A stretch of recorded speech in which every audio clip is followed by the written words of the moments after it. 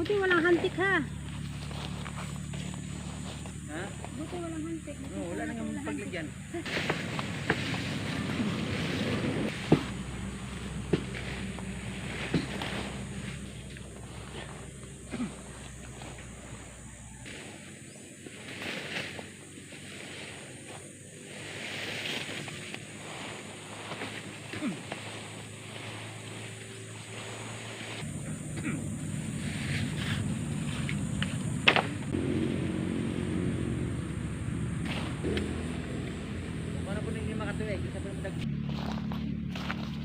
Hi guys, mainit na.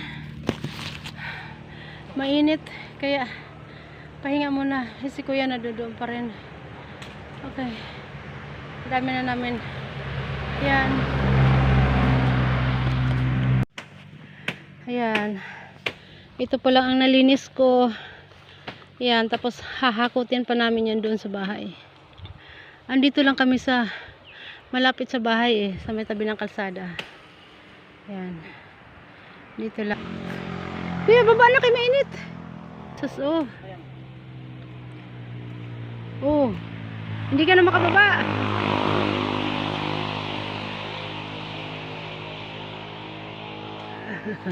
Talagang ubusin niya ang sanga. Total, pinuputol din naman niya ng mga taga Sorrico, Meralco. Sa Maynila, Meralco, dito sa Bicol, Sorrico. Pinuputol, kinakalbo din yan eh. Kaya sayang, tapos nabubulok lang din dyan. Kaya nang makita ko na pwede namang maraming pakinabang ang mga gagawa dyan sa mga sanga na yan.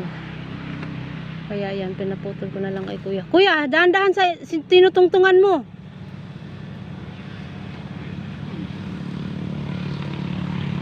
Ayaw pagkahulog dong. Ayaw dyan pagkahulog dong. Kahit nakabidyo ka dong. Ayaw. Hala, nalaglag.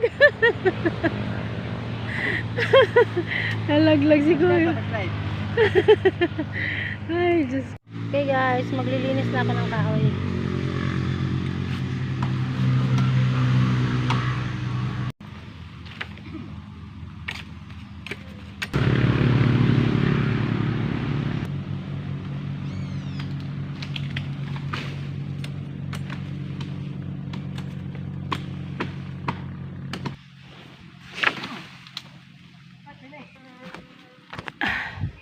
Hello guys, natapos na si kuya.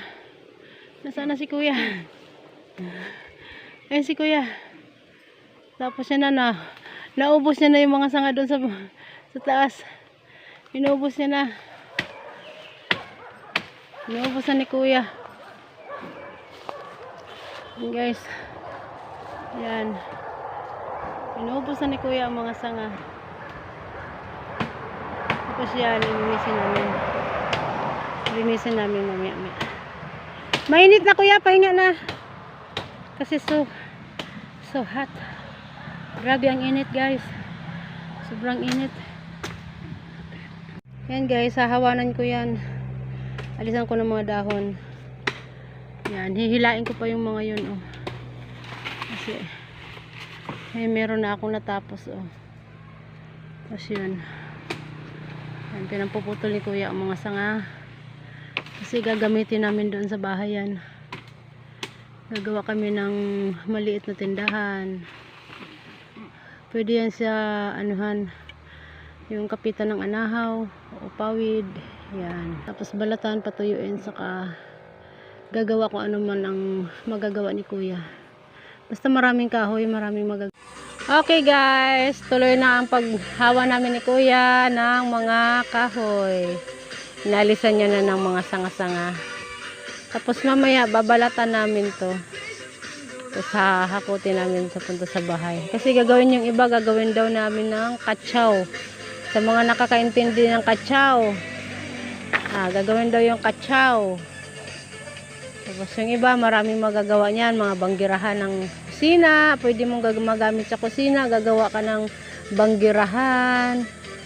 Yan. Pwede ring gumawa ka ng upuan. Sasahigan mo lang ng kawayan, makakabuo ka na ng upuan sa mga kahoy na to.